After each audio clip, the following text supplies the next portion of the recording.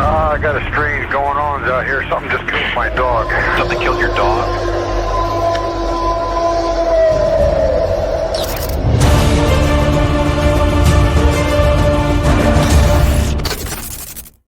Hey, everybody. Thank you so much for joining the Cryptid Podcast tonight. My name is Daniel. I'm your host. And tonight, you guys, we got a really, really cool guest with us tonight. We have Heidi with us, and she lives in Ohio. But her encounter did not happen in Ohio. It happened back in 1977. And what was going on is her parents were teachers. Her grandmother allowed her parents to use their camper or her camper, and they were gone the whole summer camping. And where this took place was in the Glacier National Park in Montana. Now, for reasons only known to Heidi, and we're respecting this request, she's asked not to be on camera. So when we bring her on the show, I'll have a overlay, and she'll get right on into the story. So without further ado, we're going to go ahead and we're going to bring Heidi on. Heidi, how are you doing tonight? I'm doing good. How are you doing, Daniel? I'm doing so well, so well. Busy day at work today. Looking forward to the end of the day so I can get here and talk to you about your encounter. And you'd give me a little bit of tidbits about it. And I have to say, I'm pretty excited about your encounter. And yeah, so from everything I can tell, I think it's going to be one heck of a show. So everybody, we're going to let Heidi go ahead and take it away. Okay, so Daniel, so this occurred, which is going to make it sound a little unbelievable because I was only 7 years old, but I know what I saw, and it definitely wasn't human, nor was it an ape. So whatever I saw, is totally ingrained on my mind, and it. I'm a professional. I've worked professionally. I've been single and worked professionally for 54 years old now. So I've supported myself this entire time. So I'm not somebody who's crazy or, you know. So in 77, we rented where we took my grandmother's camper. We were allowed to take the camper for the entire summer. And we took a camper up to Glacier National Park. We drove it from Ohio.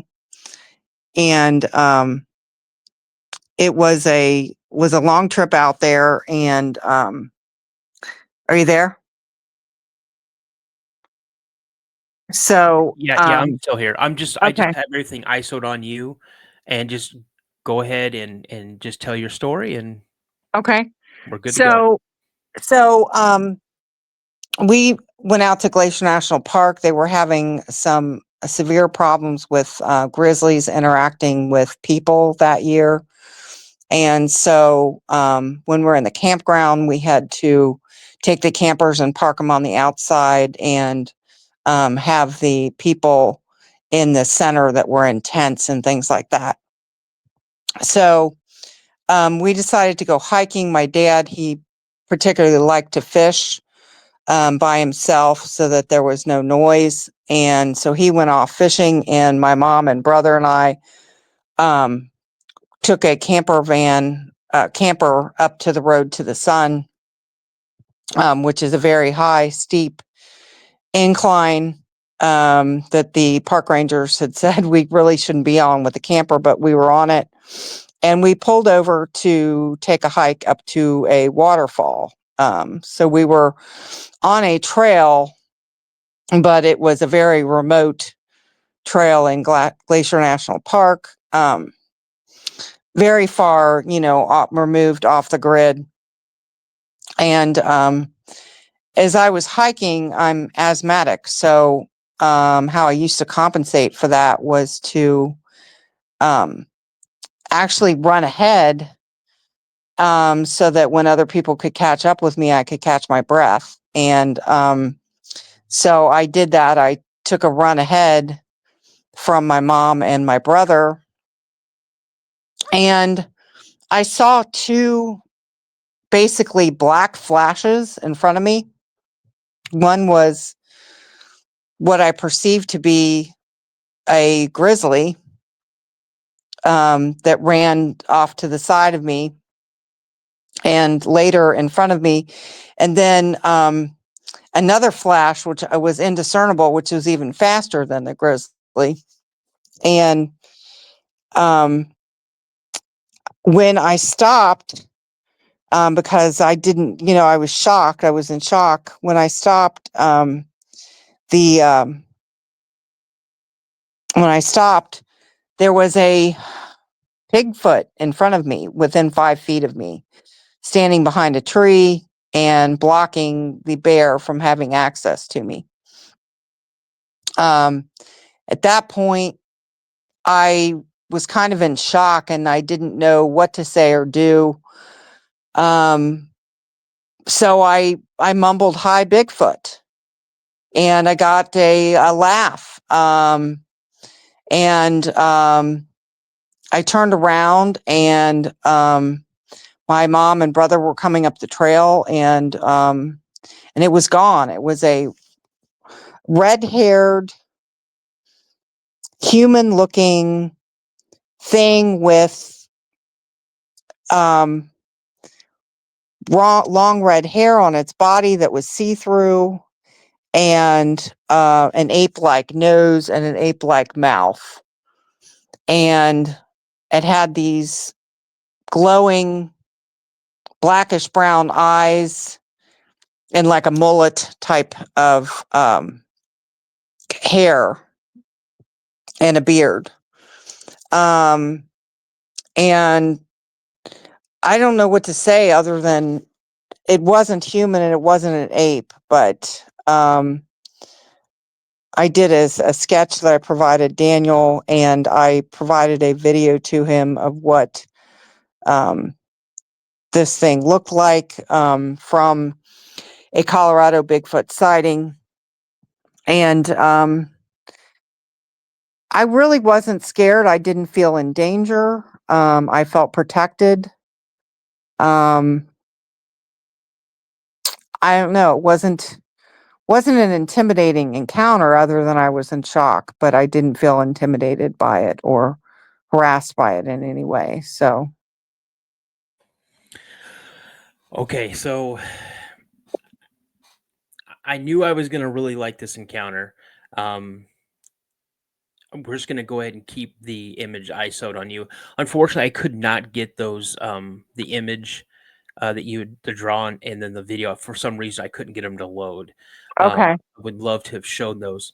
But my questions are as follows. About what time of day was it? Was like a mid-morning, or was like an early afternoon or later afternoon when this happened? It was before lunch, so I'd say it was about 11 o'clock. Okay, so like a earlier afternoon. Now you said you saw 2 flashes that ran in front or across in front of you across the path. Now, you assume the first one was a bear. Now, did this bear just keep on going? No. So it was to the left of me as I was walking up the path. Mhm. It was to my left. And it was a flash. And I didn't assume it was a bear. In fact, the bear circled around and approached me. And that's when Bigfoot showed up. Okay. And when he showed up, did he just nonchalantly walk out onto the path, or did he rush out like out of the brush or out of the trees onto the path? So he was behind the bear. And like I saw one flash and then I saw another flash. Mhm. And he appeared in front of the bear, like basically challenging the bear to not mess with me. Right. So he positioned himself between you and the bear. He did. He was behind a tree. He had his back to the bear. Okay. And he had his face towards me. And the bear wanted nothing to do with him. I mean, if I was a bear, I mean, when Sasquatch is when Bigfoot's around, when Bigfoot's not around, bears and cougars are pretty much and wolves are pretty much apex predators in their environment.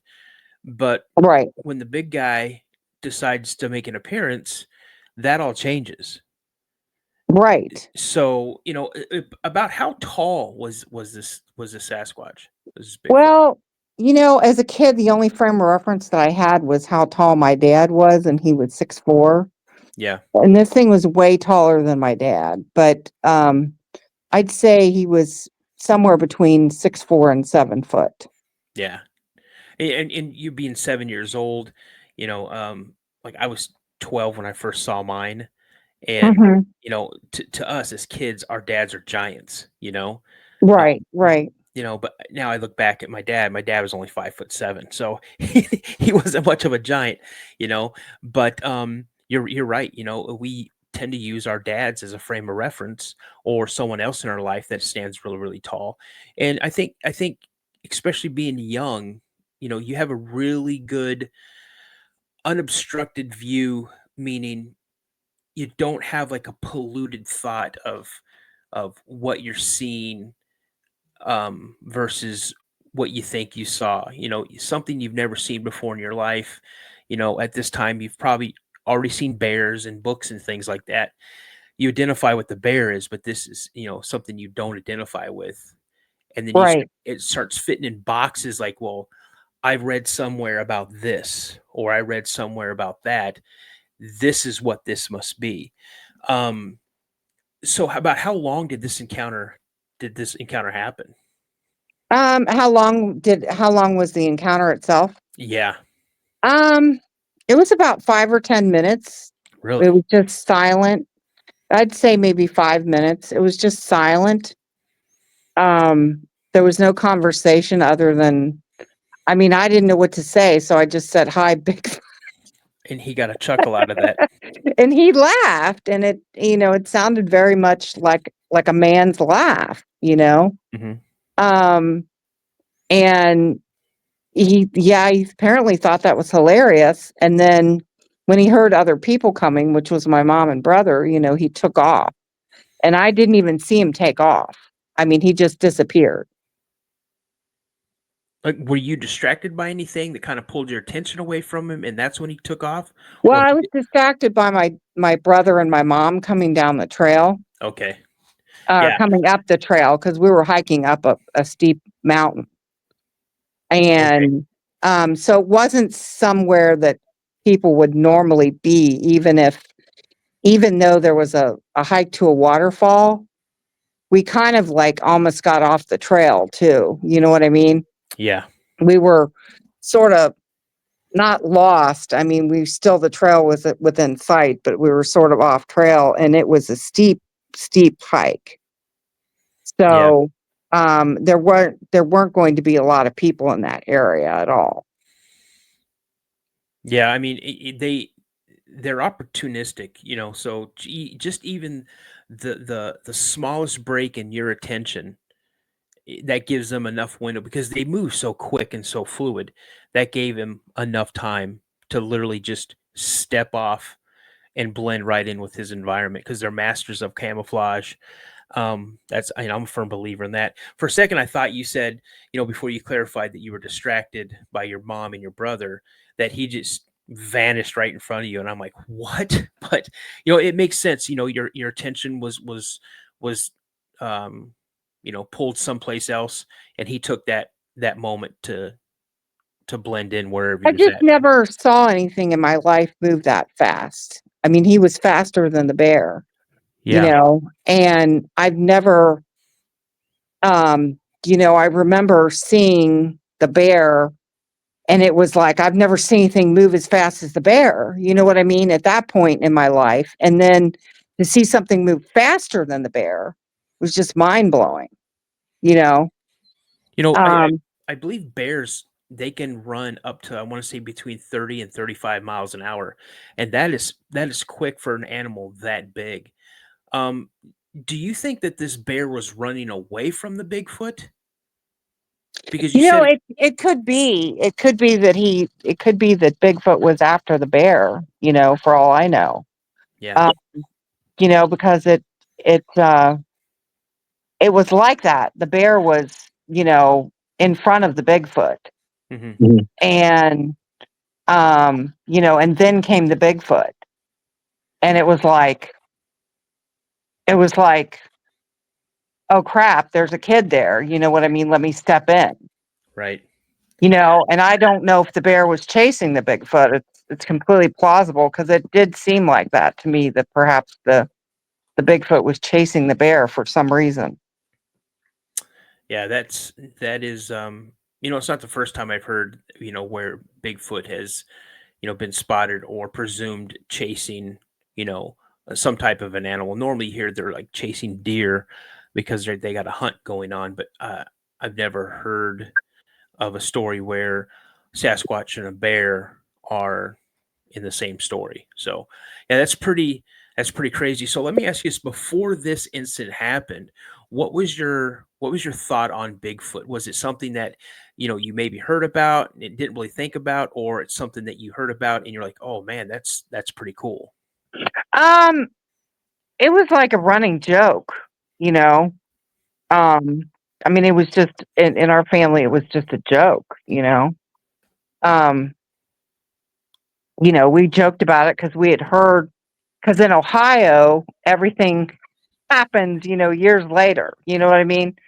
So, what was it, 1969 that this came out in California or whatever, the Yes. Patterson Gimlin film or something like that, late 60s. And in Ohio, you don't hear about it till, 6, 7 years later, you know. Yeah. So it was a new thing for us in Ohio to hear about it. And it was just kind of honestly a joke. Nobody thought anything like that existed. And I hadn't given much thought to it other than, like I said, it was a running joke. Yeah, I mean, I can understand, you know, especially like you said, 1967 is when the Patterson Gimlin film, was taken up there in Northern California. And again, the rest of the world, and you'll even hear people today who have seen them, in their state, Texas, Oklahoma, Arkansas, Nebraska, wherever, and you'll hear people say, "I just thought that that was something that was literally in the Pacific Northwest." And lo and behold, it's in your neck of the woods. Um, so when after this incident happened, your mom and your brother came up, did you turn around and tell them like, "Hey, you're never gonna believe what just happened," or did you just kind of keep it to yourself for a little while? I kept it to myself until that night, and I told them in the camper that night, and they didn't believe me. They didn't believe me. Yeah, Um, so I packed it away, to be honest with you, for many, many, many, many years until all of this cryptid stuff started to come out. You know what I mean? On right, television. Was it even like really a thought in my mind? You know what I mean? right, Um, and then, I was watching a show one night and, the memory kind of came back to me because memories from your childhood don't really, especially until you get to be around 10, you don't vividly remember a lot, if right, that makes sense. So, I kind of packed it away, because, nobody believed me. So, you know, um, I didn't want to be perceived as crazy or anything like that. right. So from the time that that happened to the time that you decided to come out with this incident again, how long was that time frame? Um, um, I came out about it probably, I'd say, when I was about 45. So, So I'm what? 54 now. So, Yeah. So from 7 to 45, you're looking at what, 30, 38 years, something like that. Right, where I just kind of packed it away, didn't Yeah. say anything about it, didn't, you know, because, I didn't want to be perceived as nut, And Um, it's unfortunate, that you had to feel like that. It was 33 years for me. I had mentioned it to some friends or some family, and they just laughed at me as well. And I just kind of kept it, under wraps for 33 years. And then one day I was listening to some podcast. It's called Sasquatch Chronicles. And the host, Wes Germer, is like, if you've had an encounter and you'd like to come on the show, you can email me. Here's my email address. And I emailed him. And it was literally 2 days later, he emailed me, said, I'd love to have you on the show. And, that when I told it, it's more of what had happened at the camper that we were living in mhm, mhm. before I got into telling, you know, I've had more encounters that I've kept under wrap until more recently that I've discussed them. Um, but just know, Heidi, that there's a lot of people out there. My show, my best friend in the world, Josh, his show, Mysteries Unknown, Bigfoot Society, hosted by Jeremiah Byron. His show, they're it's all about being a safe space for people like you and me and other people who are hesitant on telling their story. Um, because of ridicule and because of backlash. You know, we try to make it as safe as possible. And yeah, I'm just thankful, that you answered my message and said you'd like to come on. And because it's a really interesting and to me it's an exciting encounter. You're what, maybe 20 feet from this. I was 5 feet from him. Oh, so he he could have literally reached out and touched you. I was not 20 feet from him. I was 5 foot from him. I mean, I'm Wow. not saying that just to say that. No, no, no, no. He was literally 5 feet from me. I saw him very closely and descriptively, and that's why end up drawing a picture of him. I went on a podcast about 2 or 3 years ago Hmm. where a guy was an artist and he draws your Bigfoot for you. Oh yeah. And um, because he was very interested, because I was so close to him. Um, and between I'd say there was 5 foot between me and the tree, and he was in front of the tree. So, it was even closer, but yeah, I mean, So since you were that close, I assume you could see his facial expressions, correct? yeah, I mean, he was very friendly. I mean, he was smiling the entire time. There was no animosity, there was no anger. Um, my personal belief is that in the last few years, we've harassed the heck out of Bigfoot, and if he's angry, it's only because it's our fault and we've harassed him. You know what I mean? Yeah. Because the Bigfoot that I met was incredibly friendly, So I just think we've harassed the heck out of him, and I'd get aggravated too if I wanted to be alone in the woods and somebody kept bugging me.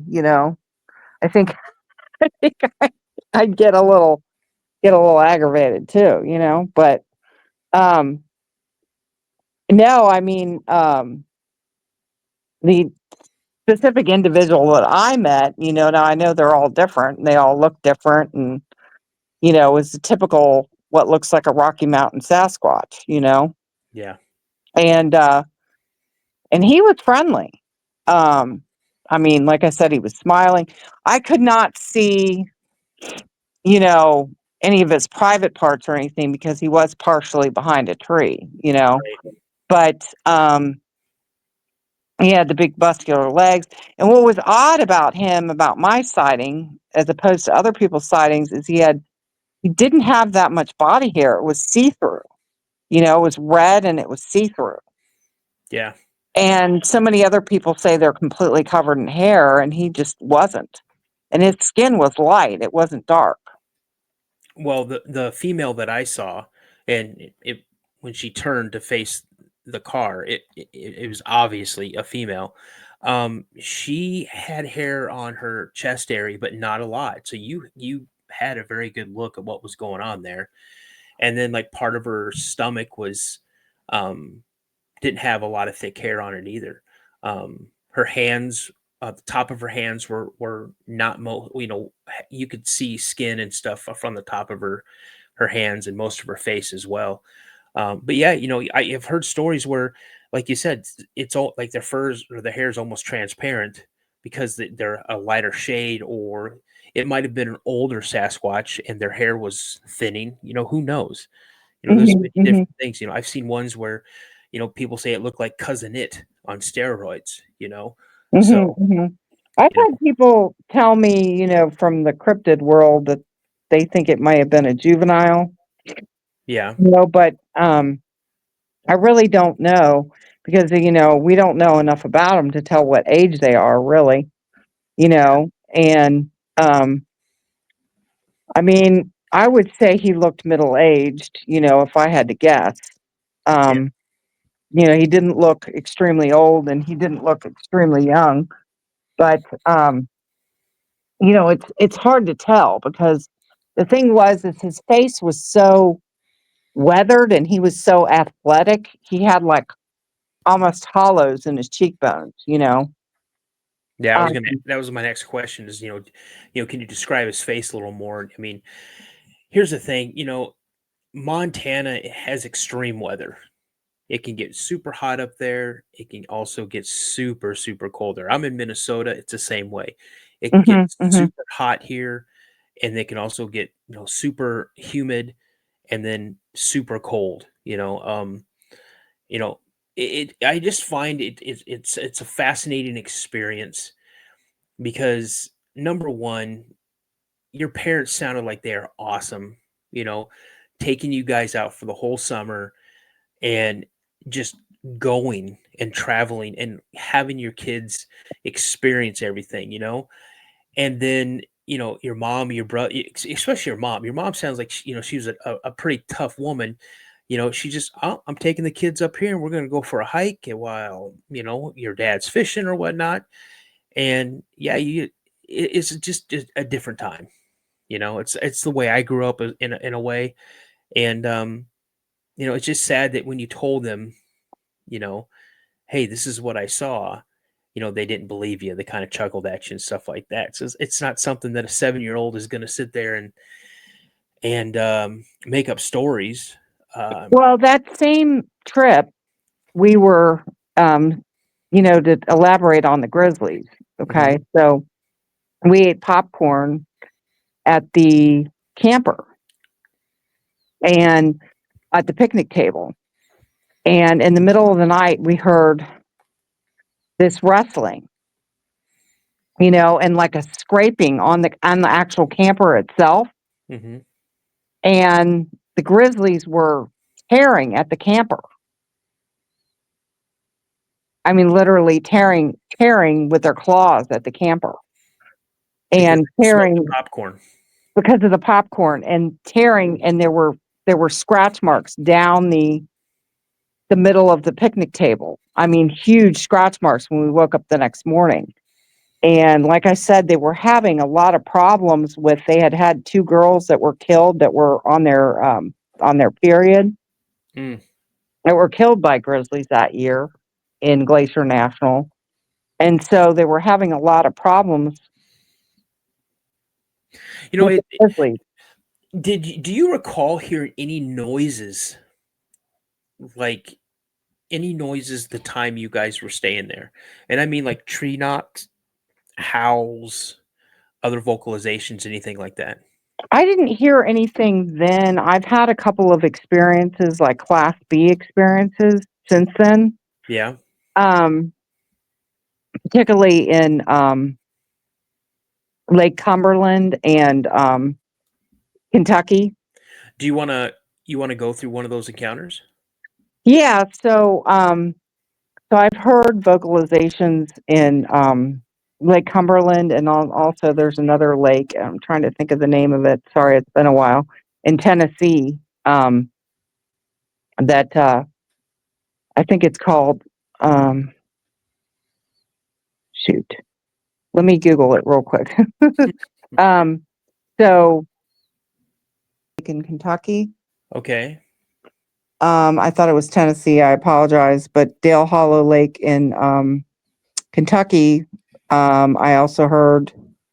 I had a Class B, howls, and I've spent a lot of time down in Lake Cumberland and Dale Hollow, Mm-hmm. and every time I've been down there, I've heard howls every single time. Interesting. Kentucky's a hot spot for Bigfoot. That's known in this tri-state area, Mm-hmm. Absolutely. and Kentucky's a big hot spot. And for some reason, I've never heard anything, outside of being on the lakes down there. I've spent some time in Kentucky, but Mm-hmm. it seems to be around Dale Hollow and Cumberland for some reason. I guess Bigfoot needs water, so. Right. Right. But well, I mean, go ahead. Your encounter, like I said, it ranks right up there to me, especially being so young, and seeing this for 5 to 10 minutes is it's amazing. So, but with that being said, let me ask you this: so, what do you think these things are?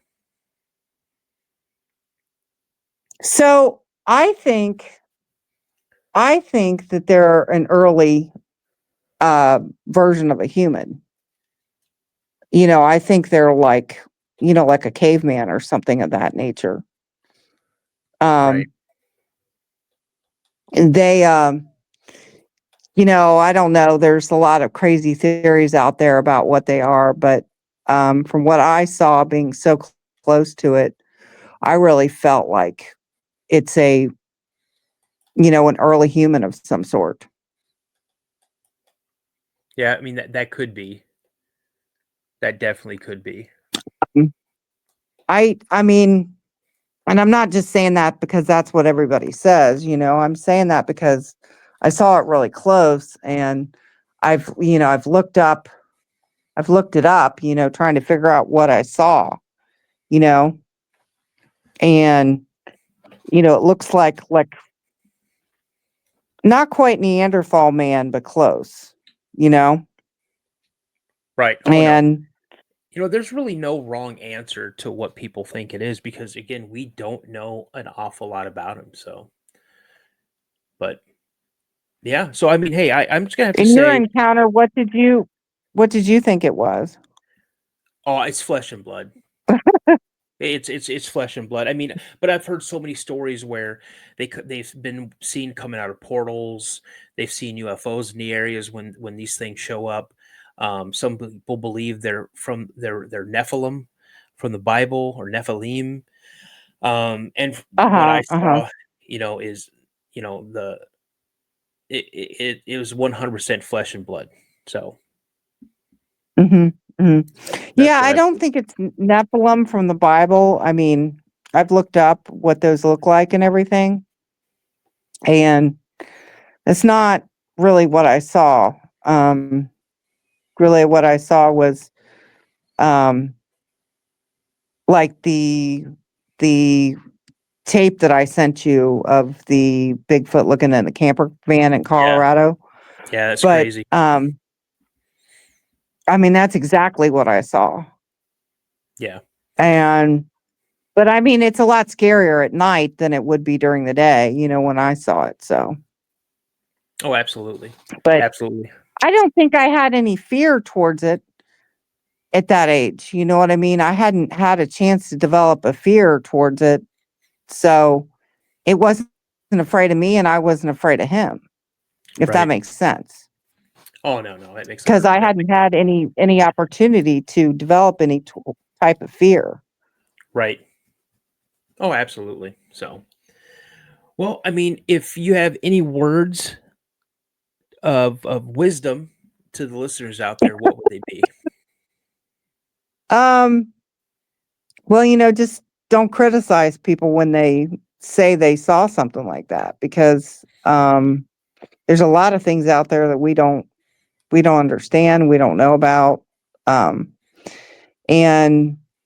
the other thing is if you saw something like that, come out and let somebody know, so that, the researchers can research it. Because, if people don't speak out about it, then, nothing's ever going to be done. And, I believe the government knows about them, and everything is just hiding it. Yeah. No, I would agree with that.